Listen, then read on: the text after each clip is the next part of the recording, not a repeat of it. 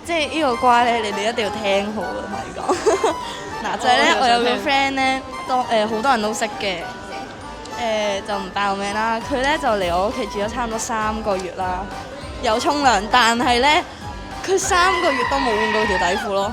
佢仲問我同埋我啲 friend 可唔可以借條底褲嚟着咯，跟住我話嚇，我同我啲 friend 都冇借到底褲俾佢咯。有一日就喊住打電話俾我哋，就話我有淋病啊，點算啊？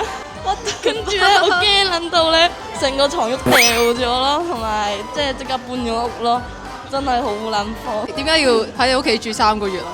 因為佢同佢阿媽鬧交喎，但係咧佢阿媽就即係喺我哋面前咧，唔知係咪扮嘢啦，對我好好咯，即係佢要咩就俾咩佢咯，即係冇佢講到佢阿媽咁衰咯。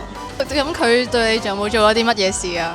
佢咧即係冇錢食飯咧，我即係都會俾錢佢食飯嘅。我覺得佢好撚 cheap 咯，呢個人，即係爭咗我300蚊，5個月都唔還咯。唔係依家半年都唔還咯，300蚊啊！佢有冇窮到咁啊？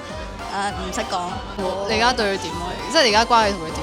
佢個人真係唔係咁掂咯，即係我哋冇講過嘅嘢，佢轉個頭我喺人哋口中聽到話我講佢咩咯，即係呢個女仔真係好可愛咯，即係唔值得深交，係咯。